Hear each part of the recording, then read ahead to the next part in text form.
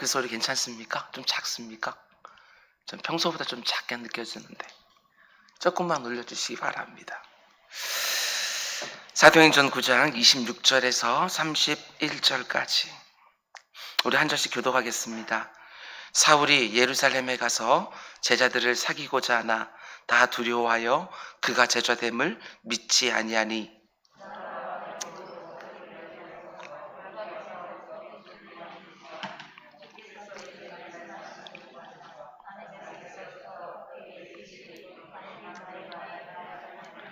사울이 제자들과 함께 있어 예루살렘에 출입하며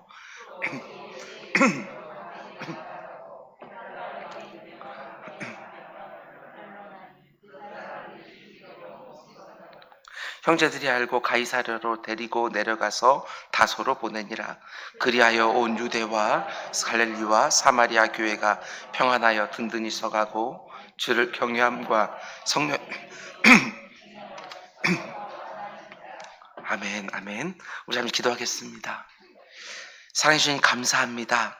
지난밤도 우리를 잠자리에서 인도해 주시고 또 이 새벽에 잠자리에서 깨게 하여 주시며 또 주님 내 마음 가운데 속에 주의 전에서 하루를 시작할 수 있는 이 마음 허락하여 주셔서 이곳으로 불러주셔서 하루를 출발하게 하시니 주 진정으로 감사를 드립니다. 아버지 하나님, 이 시간 주의 종의 마음 가운데 새벽 기도자들을 축복하고 싶은 마음이 있습니다. 주님, 그들의 인생을 복되게 하여 주옵소서. 하나님의 기쁨이 되게 하시고 주변에 있는 사람들에게 유익을 끼치는 인생 될 수 있도록 인도하여 주시옵소서.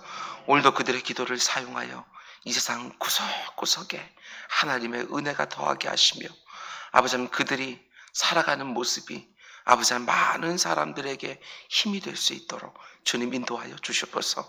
오늘도 우리들의 입에서 나가는 말 한마디 한마디 주님께서 지켜주셔서 다른 사람들 힘 빠지게 하는 말을 내뱉는 사람이 아니라 힘나게 하고 격려하고 위로하고 응원하는 말 한마디 한마디 될 수 있도록 인도하여 주옵소서. 내가 오늘 직장으로 출근을 하든지 사업장에 가서 일을 하든지 가정에서 내게 주어진 일들을 감당하든지 이웃을 만나든지 아버지 그 모든 자리가 복되게 하여 주시옵소서. 특별히 기도합니다. 아버지 하나님, 오늘도 너무나도 힘든 분들이 참 많이 있습니다. 그들의 마음 가운데 찾아가 주셔서 아버지 하나님, 이 모든 것들도 곧 지나갈 것이고 하나님은 이 세상 끝날까지 우리와 함께 하신다고 하는 그 사실들이 더욱더 믿어지는 한 날 될 수 있도록 인도하여 주시옵소서. 아버지 하나님, 선교지 하나하나 주님께 지켜주시고 선교사님들 아버지 하나님, 오늘도 그 마음을 중심에 가득한 것을 주님께서 보시는 줄 믿사오니 그들을 통하여 그와 함께하는 자들이 또한 복을 누릴 수 있도록 인도하여 주시옵소서. 박송인 이나 지사님 소윤의 1,000번째 주님께서 받으시고 그 가정 가운데 하나님 선하신 것들 넘쳐나게 하여 주시사 그 선의 유익을 그 주변에 있는 사람들 다 누릴 수 있도록 인도하여 주옵소서. 이제 말씀을 듣습니다. 말씀으로 역사하시고 기도의 자리에서 응답하여 주옵소서. 예수님의 이름으로 기도드렸습니다. 아멘 아멘. 여러분 잘 오셨습니다. 오늘도 좋은 날인 줄 믿습니다. 오늘도 여러분 가운데 속에 참으로 좋은 것들 많이 일어나기를, 특별히 기뻐하고 기도하고 감사하는 일이 계속되기를 주님으로 축원드립니다. 아멘 아멘. 사도행전 강의 45번째 시간입니다. 주님이 용서해도 내가 용서하지 않으면 평안은 없습니다. 이런 제목으로 말씀 전하도록 하겠습니다. 하나님께서 누군가를 용서해 주어도 그 곁에 있는 내가 용서하지 않으면 그 자리에 평안이 임하지 않는다. 이런 제목으로 말씀 전하도록 하겠습니다. 오늘 말씀 굉장히 중요합니다. 현장에서 이 말씀 듣는 분들과 또 온라인으로서 또 이 말씀 듣는 모든 분들에게 하나님의 동일한 은혜가 있기를 주님의 이름으로 축원을 드립니다. 오늘 본문 맨 마지막에 있는 31절 말씀이 너무나도 큰 은혜가 됩니다. 그리하여 온 유대와 갈릴리와 사마리아 교회가 평안하여 든든히 서가고 주를 경외함과 성령의 위로로 진행하여 수가 더 많아지니라. 이런 은혜가 우리 교회와 이 땅에 있는 교회들에게 있기를 주님의 이름으로 축원을 드립니다. 근데 이 구절 안에 우리가 몇 가지 유의해서 봐야 될 표현들이 있습니다. 먼저 첫 번째로 이렇게 말하지요. 온 유대와 갈릴리와 사마리아 교회가 평안하여. 특이한 점은 온 유대, 갈릴리, 사마리아에 교회가 하나밖에 없었던 것은 분명히 아니었을 텐데 여기 보면 교회들 이렇게 복수로 쓰지 않고 교회 단수로 쓰고 있다는 점입니다. 이걸 뭘 말해주는 것이냐? 성경은 이 땅에 있는 모든 교회들을 예수 그리스도를 머리로 하는 하나의 교회로 보고 있다는 점입니다. 우리가 분명히 알고 있어야 됩니다. 이 지역에 은좌교회, 산서울교회, 성산교회, 한마음교회 등등 하나하나 교회는 지역교회로 각각 존재하지만 이 땅에 존재하는 모든 교회들은 예수 그리스도를 머리로 하는 하나의 우주적 교회, 보편적 교회라는 것입니다. 그러므로 다른 교회에 흥왕하는 것을 보며 시샘할 이유도 없고 다른 교회의 불행을 보면서 난민처럼 방관한 일도 없어야 됩니다. 하나의 교회입니다. 보편적 교회라는 주제 안에서 모든 교회를 바라봐야 되는 것이지요. 제가 좀 무리하면, 그래서 피곤해지면 입술 주변이 터질 때가 많이 있는데 여러분들이 그것을 보고 목사님의 입술이 요즘 무리한 것 같습니다. 목사님의 입술이 요즘 피곤한 것 같습니다. 이렇게 말하지 않습니다. 뭐가 피곤한 거지요? 제 몸 전체가 피곤한 겁니다. 제 몸 전체가 무리를 한 거지요. 입술과 몸을 따로따로 떼어서 생각하지 않는 것처럼 모든 교회는 예수 그리스도를 머리로 하는 우주적 교회, 보편적 교회에 속한 하나의 교회라는 점입니다. 어떤 목사님들이 이렇게 가르칠 때가 있습니다. 우리가 속한 교단이 최고다. 우리 교단이 장자교단이다. 우리나라의 수많은 장로 교단 가운데 교회 숫자만 놓고 보면 순서가 이렇게 되어집니다. 가장 많은 곳이 예장 합동이고 그 다음에 많은 곳이 예장 통합, 그 다음에 많은 곳이 우리 교회가 속해 있는 예장 백석입니다. 요즘은 그런 경향이 많이 사라졌지만 제가 신대원에서 공부할 때만 해도 교단이 다르면 서로 강단 교류도 하지 않았습니다. 근데 이게 과연 하나님 기뻐하신 일일까? 저는 그렇게 생각하지 않습니다. 천국에 가면 장로교인들은 이쪽에 줄 서고 감리교인들은 이쪽에 줄 서고 성결교인들은 이쪽에 줄 서고 이렇게 하지 않을 것 같습니다.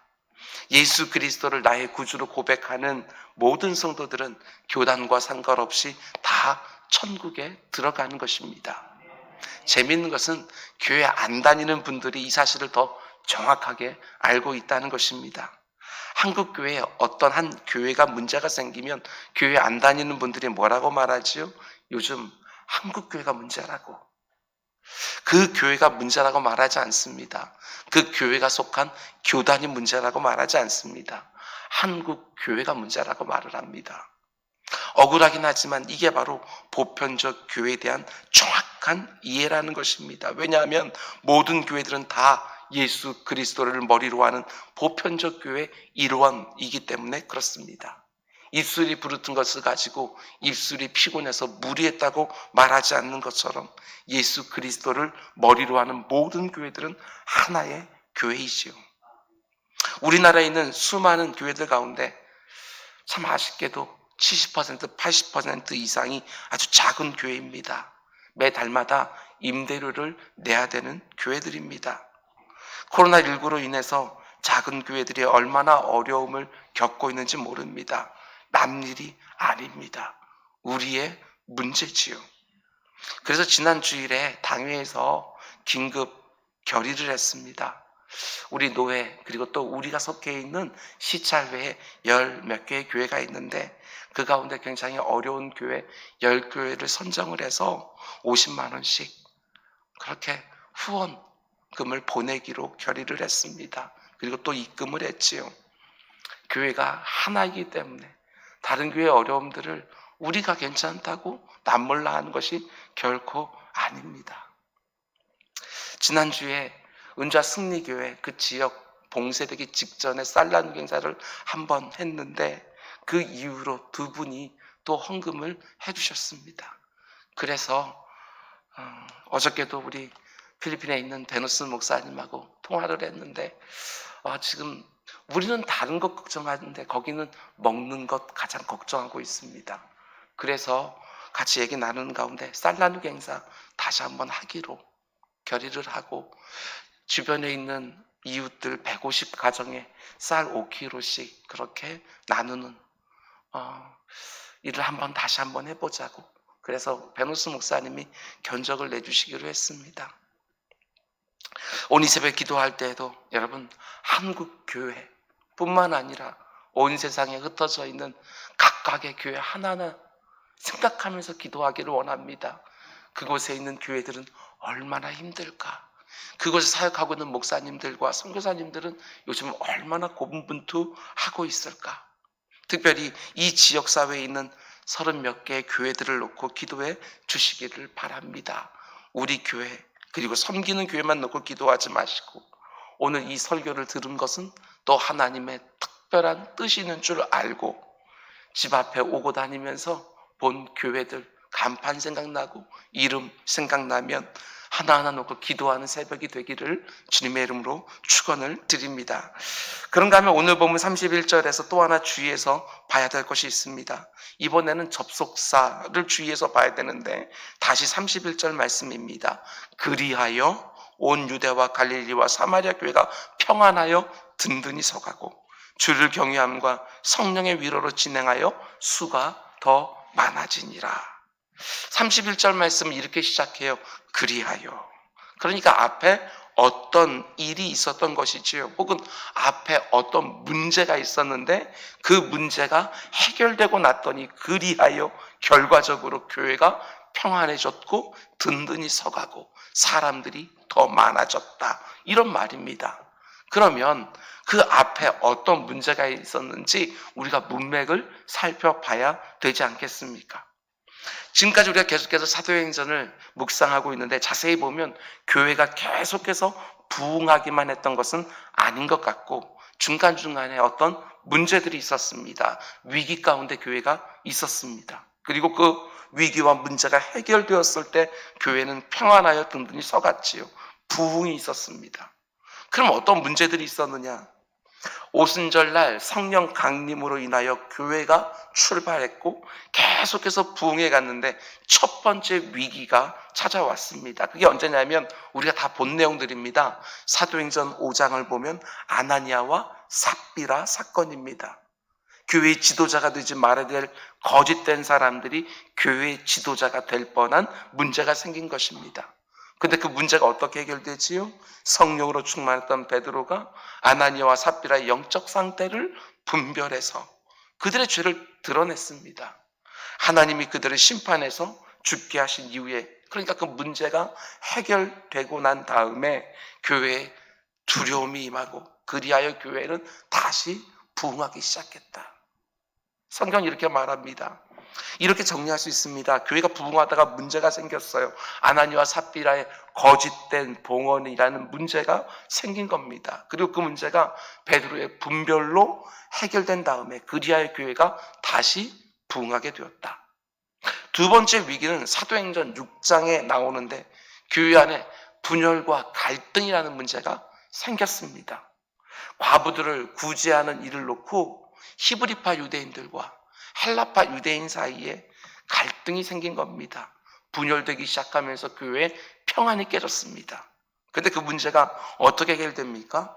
과부들을 돕는 구제사역을 위하여 7집사, 지혜와 성령이 충만한 7집사를 세우고 사도들은 말씀과 기도에만 전념하기 시작하면서 그 문제가 해결이 되었습니다. 그리고 성경은 오늘 본문과 똑같이 말합니다. 그리하여 교회가 다시 부흥하기 시작했다. 두 번째 위기는 이렇게 정리할 수 있습니다. 히브리파 유대인들과 헬라파 유대인들 사이에 갈등과 분열이라는 문제가 생겼는데 신실한 7집사들을 세우고 사도들이 본연의 직무에 충실하기 시작하면서 그 문제가 해결되고 그리하여 교회는 부흥하기 시작했다. 그런데 그렇게 부흥하던 교회 이번에 세 번째 문제가 생겼습니다. 이전의 문제하고는 질이 다운, 차원이 다른 아주 심각한 문제지요. 어떤 문제가 있었느냐? 스데반 집사가 순교한 이후에 초대교회 안에 큰 박해가 있었습니다.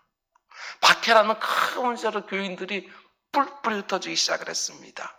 근데 그 중심에 누가 있었습니까? 우리가 최근에 묵상하고 있는 청년 사울이 있는 거예요. 사울이 중심이 돼서 교회를 잔멸하려고 하니까 교회의 평안이 깨질 수밖에 없었죠. 위기가 닥친 것입니다. 그런데 이 문제가 어떻게 해결이 되어지느냐? 사울의 회심으로 해결이 되어집니다. 다메섹 도상에서 부활하신 주님을 만나고 핍박자가 오히려 복음 증거자가 되었습니다.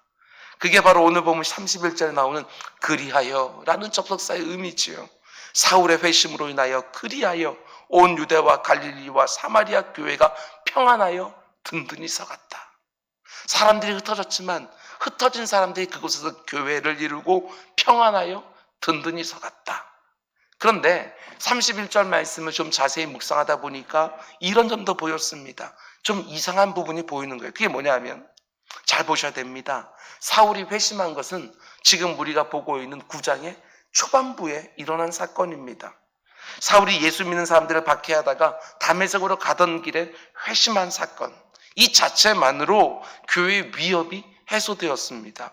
그럼 이 사건 직후에 그리하여 교회는 평안하여 든든히 서갔다, 이렇게 말할 수 있어야 될 것 같은데 그 사이에 어떤 사건들이 더 들어가 있는 것을 보게 되어집니다. 사울이 회심한 다음에 아나니아의 안수기도를 통해서 눈이 띄어지고 곧바로 복음을 전하기 시작합니다. 20절 말씀 보면 즉시로 각 회당에서 예수가 하나님의 아들이심을 전파했다. 그런데 이 말한 다음에 그 다음에 곧바로 그리하여 교회가 평안하여 든든히 서갔다, 이렇게 말하지 않아요. 본문 26절 말씀을 보게 되어지면 사울이 예루살렘에 가서 제자들과 사귀고자 하나 다 두려워하여 그가 제자됨을 믿지 아니하니.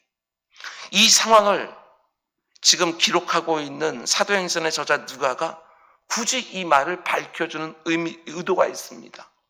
어제 새벽에 말씀드린 것처럼 지난 3년간 사울은 아라비아 광야에서 하나님과 독대하는 시간을 가졌습니다. 이렇게 표현할 수 있지요. 하나님과의 사귐의 시간을 가졌다.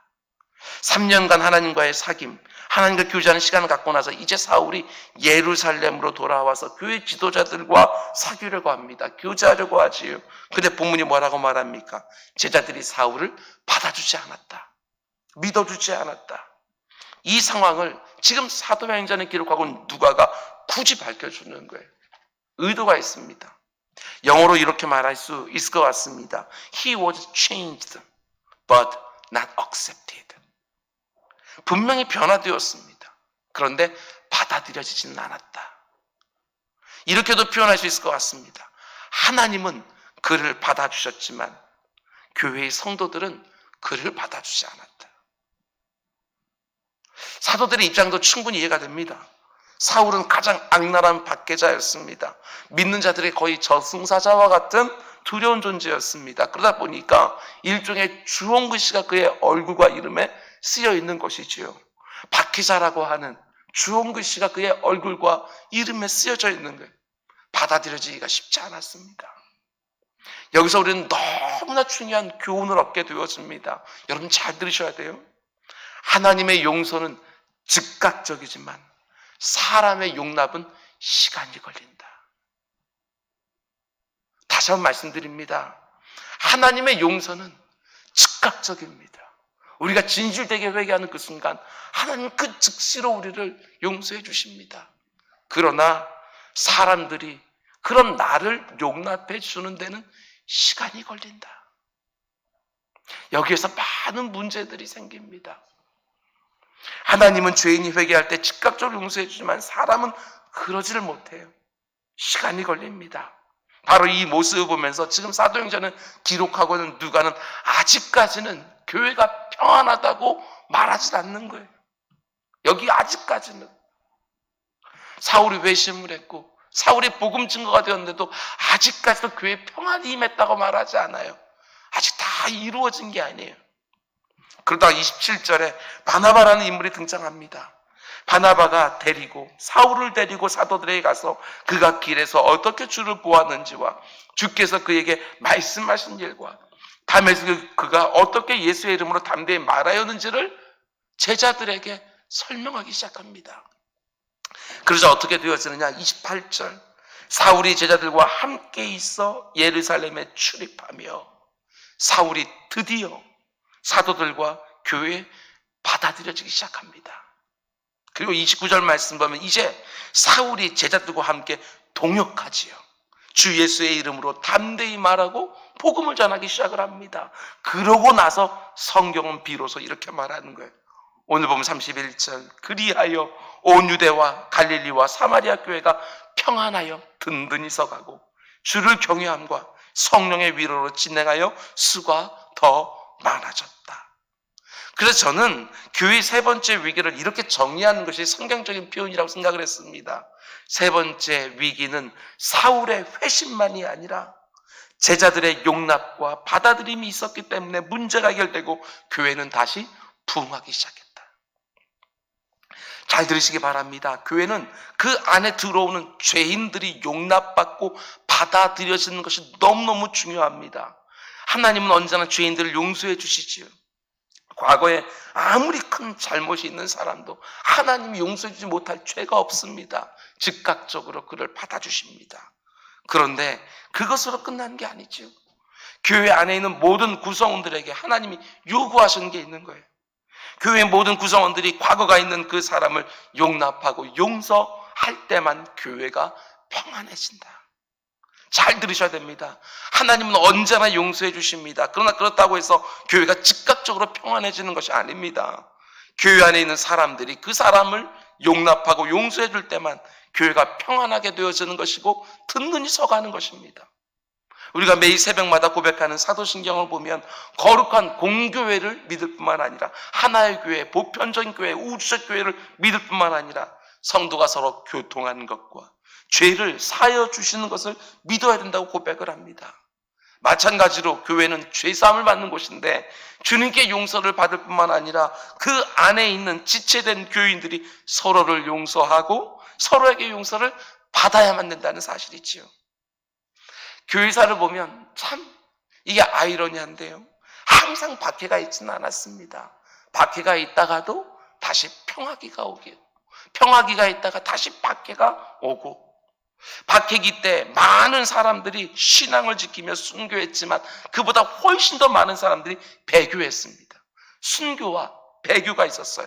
그러나 박해기가 끝나고 평화기가 찾아오면 마음으로는 주님을 부인한 것이 아니라 너무너무 두려워서 주님을 부인한 것이기 때문에 배교자들이 회개하고 교회로 돌아오려고 합니다. 근데 그때마다 교회는 몸살을 앓는 거예요. 논쟁이 있는 거예요.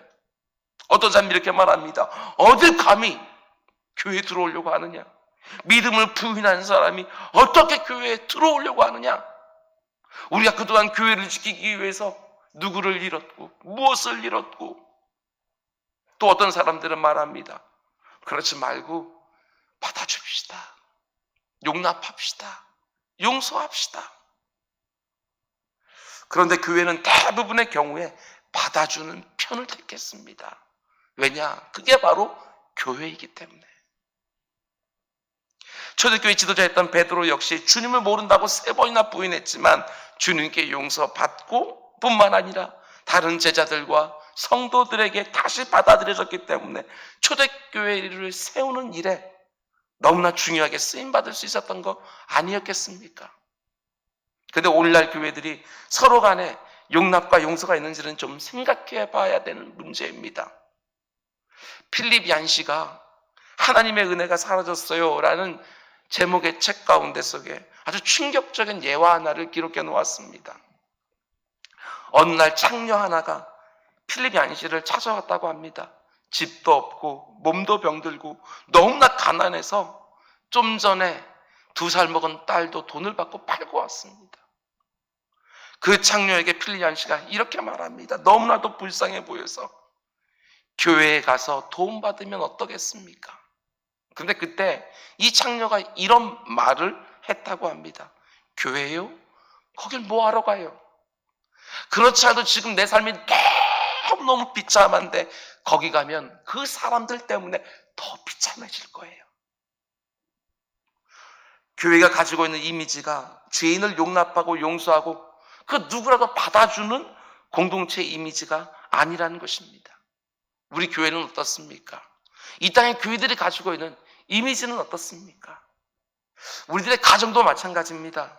우리가 너무나 사랑하는 가정이 어떻게 될 때 평안하에 든든히 서가겠습니까? 우리가 생각할 때에는 문제가 많은 남편이, 아내가, 자녀가 변하면 가정이 평안할 것 같습니다. 시어머니가 변하고 며느리가 변하면 가정에 평안이 임할 것 같습니다.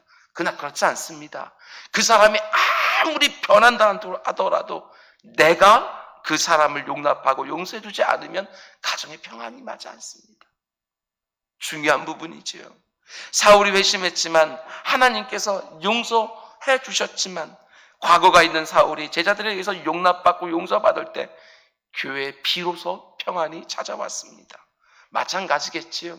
잘못을 저지른 남편이, 아내가, 자녀가, 부모가 다른 가족들에 의해서 용납받고 용서받을 때만 교회에 비로소 평안이, 가정에 비로소 평안이 임하게 되지 않겠습니까?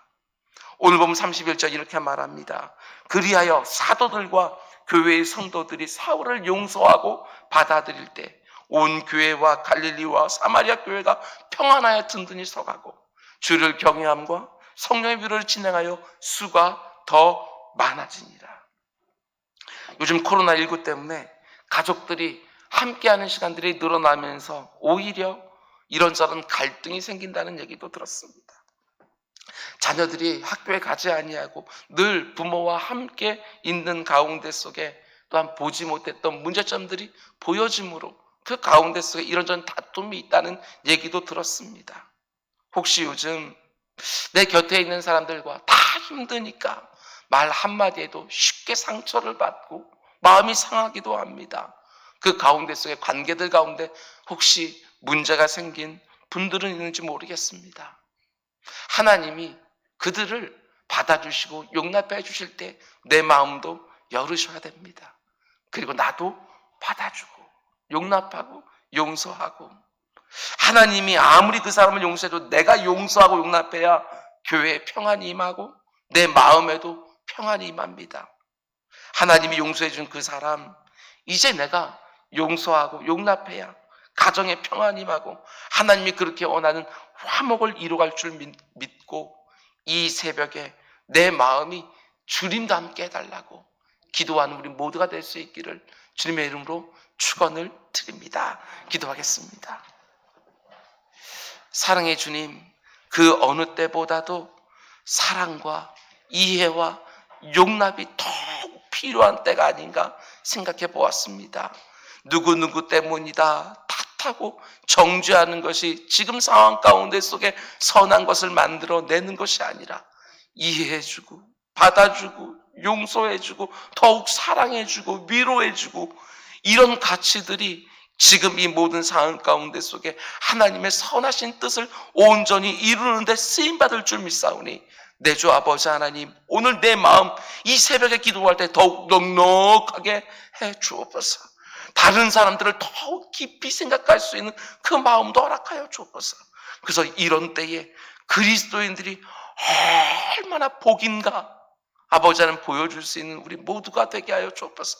이렇게 새벽 기도로 하루를 시작하는 기도자들에게 주님 닮은 마음 허락하여 주셔서 새벽 기도자들이 오늘 세상으로 쑥 들어갔을 때 그 자리에 있는 모든 분들과 화목해하며 위로하고 격려하며 힘나게 하며 살아가는 복된 날 되게 하여 주옵소서.